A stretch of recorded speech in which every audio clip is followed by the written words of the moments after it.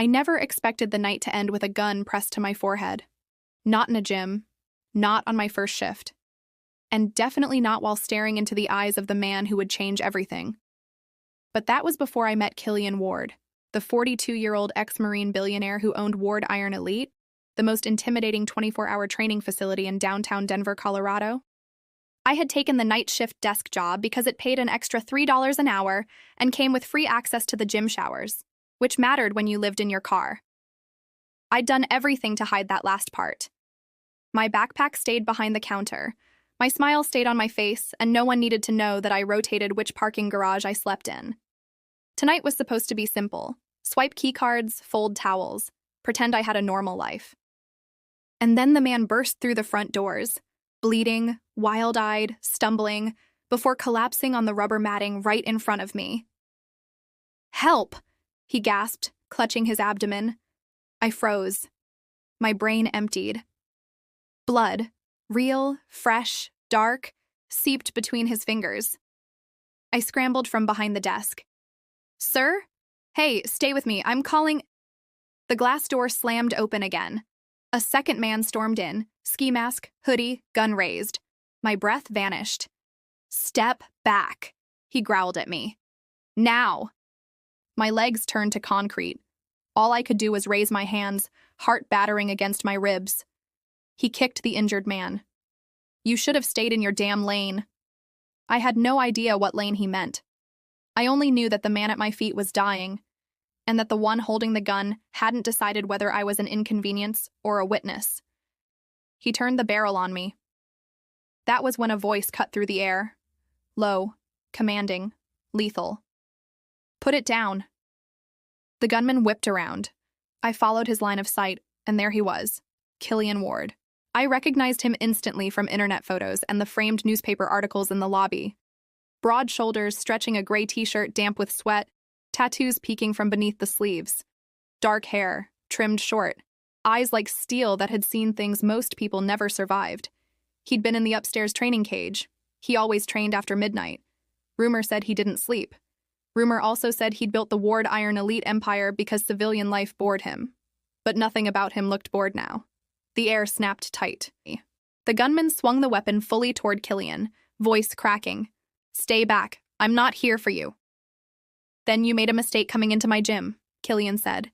He stepped forward, deliberate, controlled, like a man who'd faced down worse than a shaking trigger finger. The gunman's hand trembled. My pulse thundered in my ears. And then, everything exploded. The gunman fired. Killian moved faster than physics should have allowed. He tackled the man, wrenching his wrist, sending the gun skittering across the floor. A sharp grunt, a crash, a blur of fists and elbows. 2 seconds, maybe 3. Then the masked man was face down, pinned with an arm twisted behind his spine, Killian's knee pressed between his shoulder blades. "Call 911, Killian ordered without looking at me. My fingers fumbled over the phone. Dispatch answered. My voice shook as I explained everything.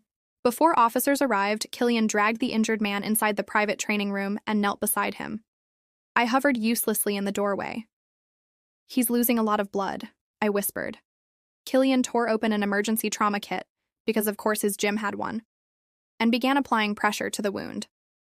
"You did good," he said without looking at me. I blinked. "I didn't do anything." "You stayed calm." He didn't know how close I'd been to fainting. When the police finally took the gunman away and paramedics loaded the injured man onto a stretcher, the gym felt eerily quiet. The kind of quiet that made the adrenaline leak out of your bones, leaving you weak and shaky. Killian rose to his feet and turned to me. And that was when I really saw him. Not the billionaire, not the ex-Marine, not the legend who supposedly built military-grade obstacle courses for fun, but the man who had just saved my life. "You hurt?" he asked. "No, just shaken." I wiped my palms on my leggings. "Thank you. You were incredible." His jaw flexed. "Should never have happened. My security team will answer for this." I swallowed. "This isn't normal here, right?" His gaze sharpened. "Has anything like this ever happened to you before?" "No, God, no."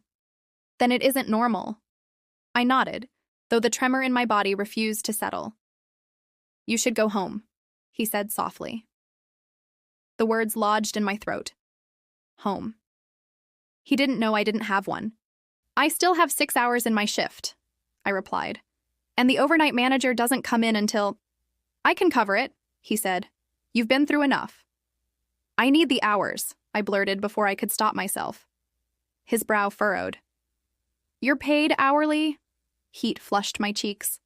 Yes. He exhaled slowly, calculatedly. What's your name? Lena. Lena Hart. I'm Killian. I know, I whispered before I could stop myself. His lips twitched like he wasn't sure whether to smirk or frown. Well, Lena, he said, voice dropping to something gentler. I'm not sending you home alone after what just went down. I'll drive you. Panic struck me. I couldn't let him see me walk toward my car home. I can manage, I said quickly. Really, I just need some air. And before he could protest, I slipped out the side door into the cold Denver night. The wind bit at my skin as I hurried across the parking lot. I didn't look back. Not even when I felt his gaze on me. A heavy, protective presence I couldn't shake. I reached my beat-up Honda Civic, unlocked it, and climbed inside. The familiar smell of old upholstery and desperation filled my lungs. I rested my forehead against the steering wheel. One night on this job, and already I'd been threatened, saved, and interrogated by a man who made my heart pound for reasons that had nothing to do with fear. My eyes burned. I squeezed them shut. A tap sounded on the window. I jerked up. Killian stood outside my door, hands in his pockets, jaw tight. Not angry, but something close, something intense. I rolled the window down halfway. How did you… I watched you run, he murmured, and I watched you get into your car. And now I'm standing here hoping like hell I'm wrong. I froze. He leaned down slightly, gaze steady. Lena, are you living out of this? Humiliation struck like a punch. No, I stammered. I'm just between places. His eyes softened. So much it hurt to look at him. You don't have to be embarrassed, he said, but you do have to tell me if you're safe. I'm fine, I whispered. Fine isn't sleeping in a parking lot. The lump in my throat tightened. Please don't fire me. His expression darkened with a flash of something fierce. I'm not firing you. But you could. Maybe, but I won't. He straightened, rubbing a hand over the back of his neck. Look, I know I'm your boss. I know I'm older. I know this is crossing lines, but I'm not walking away from you in this parking lot. Not tonight. My breath caught. I can put you in a safe hotel until we figure things out, he added quietly. No strings, no expectations, just safety. The offer hit me like warmth in winter.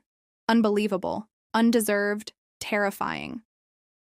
I don't want to be a burden, I whispered. You won't be. He said it with such certainty that my chest ached. But before I could answer, his phone buzzed. He glanced down, and something about the message hardened his expression. He looked back at me, gaze stormy now. Protective. Lena, this wasn't random. Cold swept through me. What do you mean? He slipped the phone into his pocket. It means you're not safe here, and we're not done talking. I opened my mouth, but he stepped back abruptly. Stay in the car, he ordered gently. Please. Then he walked away toward the gym, shoulders tense with purpose. And I sat there in the dark, heartbeat thudding, realizing the truth.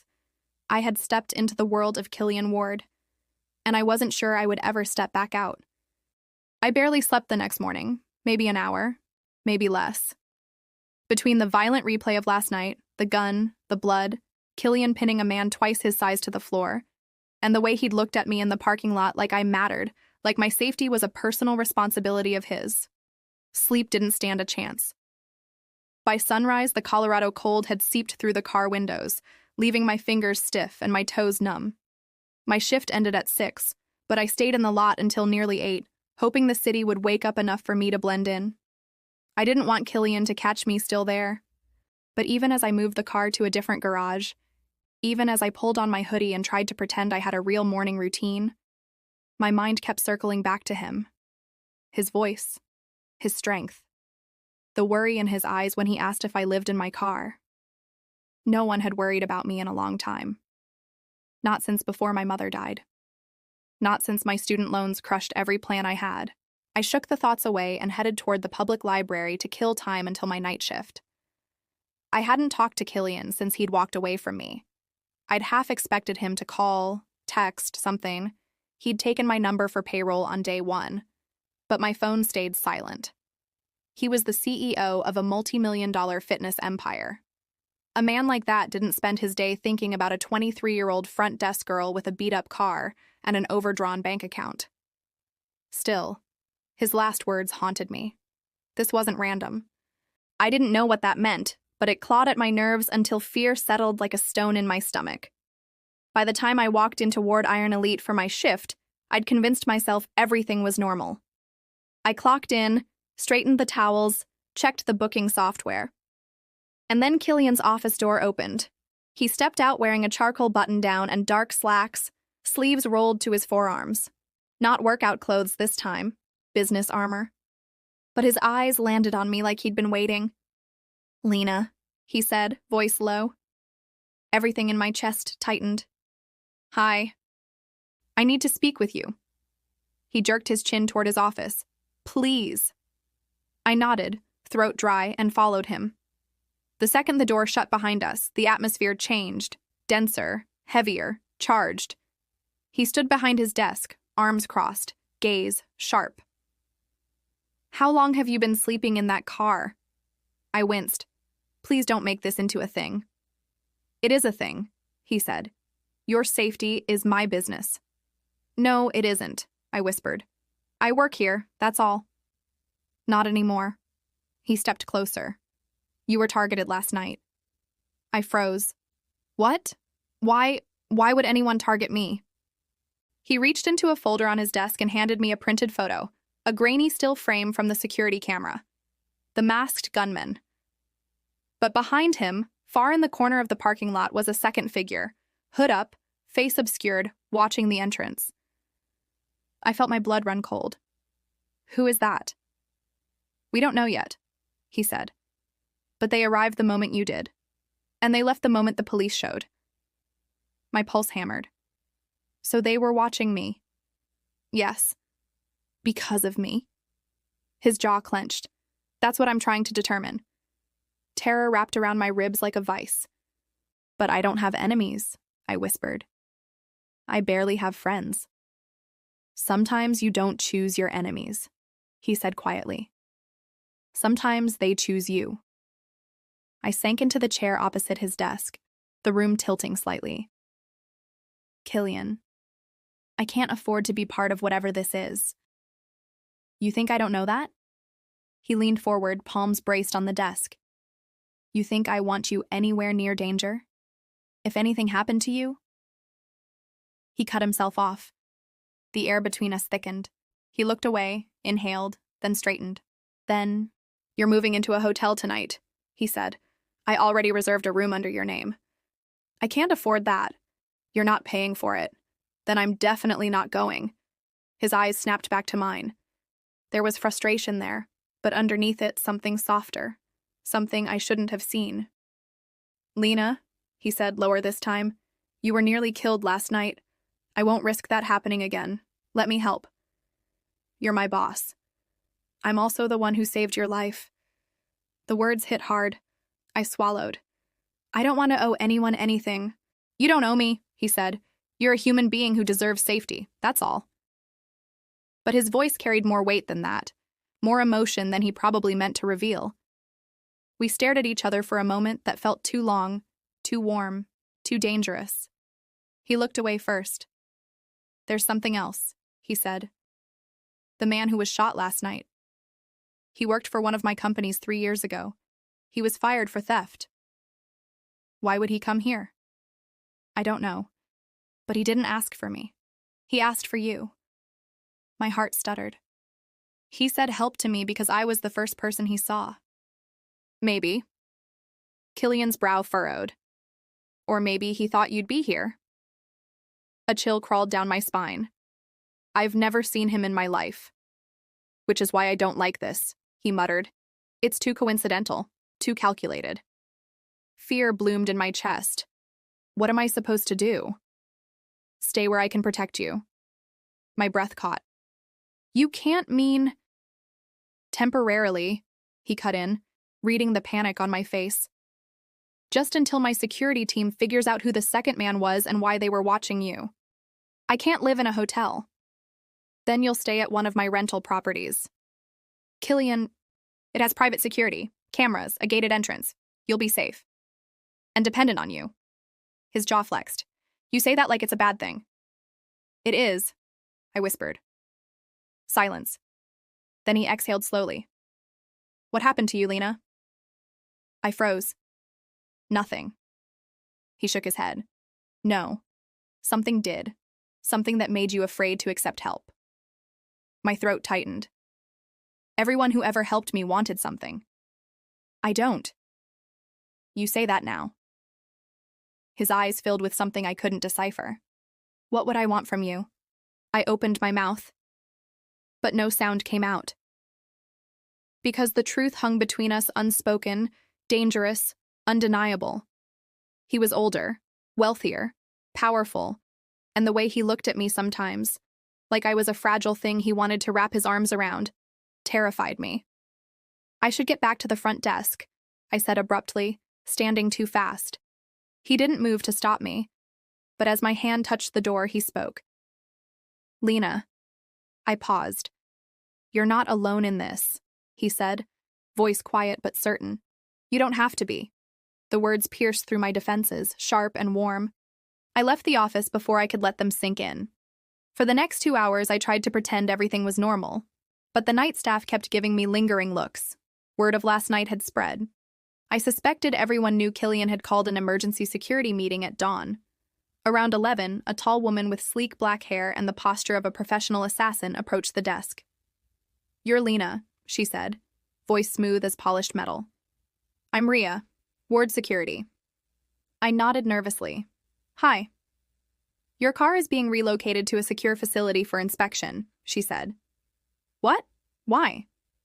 Orders from Mr. Ward. Killian, I corrected without thinking.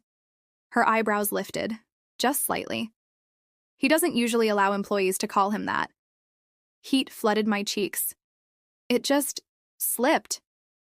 Don't worry, she almost smiled. Almost.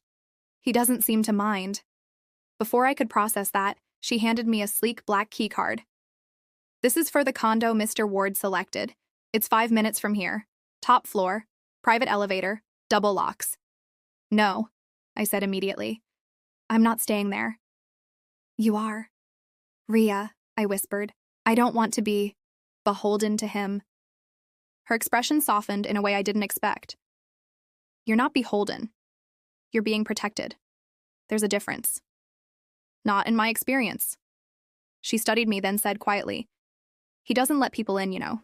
Not easily. Not ever. But last night, he was different, focused, sharp.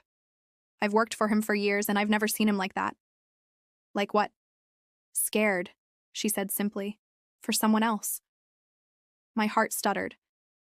Before I could respond, Killian appeared behind her, his presence filling the entire lobby. Everything ready? He asked Rhea. Yes. He turned to me. Lena, let's go. I work until 6. You're done for the night. That's not how shifts work. It is tonight. I folded my arms. You can't just override policy when it suits you? His voice dropped. I can when someone is trying to hurt you. The words landed with more force than I expected. Rhea cleared her throat. I'll prep the car. She headed outside, leaving me alone with him. Please don't fight me on this, he said softly. Not tonight. I hesitated, then nodded, because I was exhausted and scared, and maybe, selfishly, I wanted to be someplace where no one could hurt me. The condo was nothing like I expected. It overlooked the Denver skyline, all glass walls and warm lighting, with soft couches and plush rugs that made me want to sink into them forever. "This is temporary," I said as he set my backpack down. "I know." He watched me carefully. "But you're safe here." I walked to the window, staring at the glowing city below us. "I don't know how to accept this," I murmured. "Start with one night," he said behind me. "Just one." I turned, heart pounding as I met his gaze. He looked undone, like he'd been holding his breath since last night. "Killian," I whispered, "why are you doing all this?" He stepped closer, slowly, like he didn't want to spook me. "Because I can't shake the thought of something happening to you," he said. "Because last night I thought I was too late. Because you walked away from me in that parking lot, and I haven't stopped thinking about it since." My pulse roared in my ears. This is crossing lines. I know. You're my boss. I know. You're 20 years older. I know that too. Then why? My voice trembled. He reached out, not touching me, just hovering his hand near mine. "Because when I saw that gun pointed at you," he whispered, "something in me snapped, and I haven't been able to put it back together since." My breath hitched. He lowered his hand. "I won't push you," he said. "I won't ask for anything you're not ready to give. But I'm not pretending I don't care." The confession crashed through me. Overwhelming, terrifying, warm. I opened my mouth to respond, to say something. But his phone buzzed sharply in his pocket. He checked it, and his expression turned to steel. "What?" I asked. He swallowed hard. "They found the second man." My pulse spiked. "Who is he?" Killian looked at me, grim, protective, furious. "He's connected to someone from my past," he said. "And he wasn't watching the gym." His voice dropped to a dangerous whisper. "He was watching you." The room spun around me, and I knew. Whatever storm Killian Ward had been keeping buried in his past, it had just found me. For a long moment, I couldn't breathe. The condo felt suddenly too bright, too exposed, the Denver skyline a shimmering backdrop to the panic crashing through me. "Killian, what does that mean?" I whispered. "Why would someone from your past be watching me?" He moved closer, not touching me, but close enough that the warmth from his body eased the shaking in my hands. "Sit down," he said quietly. I shook my head. "No. Tell me." His jaw tightened. "The man's name is Dane Mercer. He used to serve with me, Marine Recon. He was discharged for misconduct, and for good reason." "What kind of misconduct?" Killian's gaze flickered with something dark. "Extortion, theft. A few years ago, he tried to leverage access to one of my companies. When that didn't work, he went after a woman who worked for me. I shut it down, permanently." I swallowed hard. "So he's after you?" "Yes." Killian's voice was steady, too steady. "But he didn't come after me directly this time." His eyes locked onto mine. "He went after you." A cold wave rolled through me. "But why me? I don't even know him." "No," he said softly. "But you know me. And that's enough for him." Silence fell between us, heavy, suffocating. Finally, I whispered, "This is exactly why I didn't want to be involved with you." His expression faltered. Barely, but I saw it. A crack in the steel. "You're not involved with me," he said quietly. "You're caught in the crossfire of a grudge that shouldn't exist." "That doesn't make it better." He stepped forward, his voice dropping. "I know, and I hate that you were dragged into this. I hate that I couldn't stop it sooner. But I'm going to end it now." My throat tightened. "What does that mean? What are you going to do?" "Whatever I have to," he said simply. "I'm not losing you." The words struck deep, too deep. I looked away, staring out the floor-to-ceiling windows because looking at him felt like falling. "You keep saying that," I whispered, "but you don't even know me." "I know enough. You know I work nights. You know I can't afford rent. You know I survived something I don't talk about. That's not knowing someone, Killian. It's enough to care, he said. Care. The word cracked something inside me. He took another step, closing the space between us until I could feel the strength radiating from him. Tell me what you're thinking, he said gently. I'm thinking all of this is insane, I whispered. I'm thinking none of it makes sense. I'm thinking I shouldn't be here. Do you want to leave? His voice didn't waver, but I could hear the tension beneath it. No, I admitted. He exhaled, a quiet sound of relief. Good, he said, because you aren't going anywhere tonight. Not until Dane Mercer is in custody. I slid onto the nearest couch, burying my face in my hands. Everything was too much. The danger, the fear, the undeniable pull between us. Killian lowered himself onto the coffee table across from me, bringing us eye level.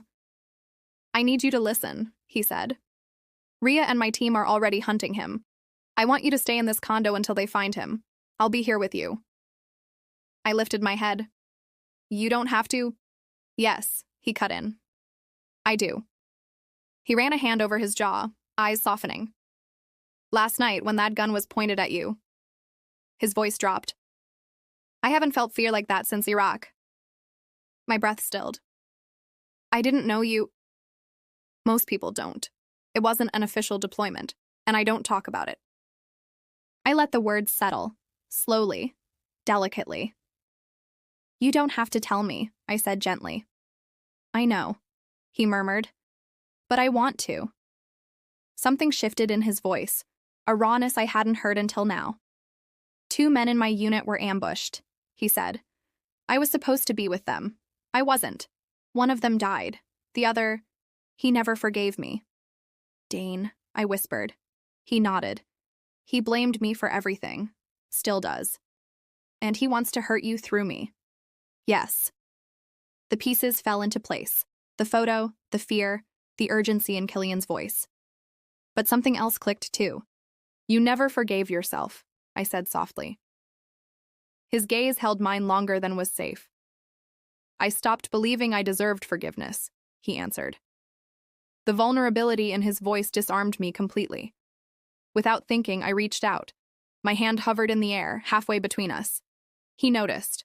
Slowly, deliberately, he lifted his hand and closed the distance, his fingers brushing mine, tentative, like he was touching something breakable.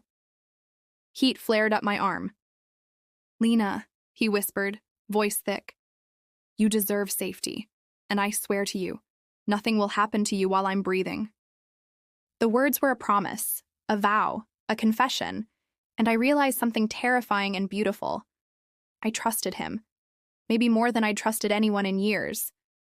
The hours that followed crawled by, thick with tension. Rhea checked in via encrypted messages, feeding updates to Killian. Dane hadn't left the city.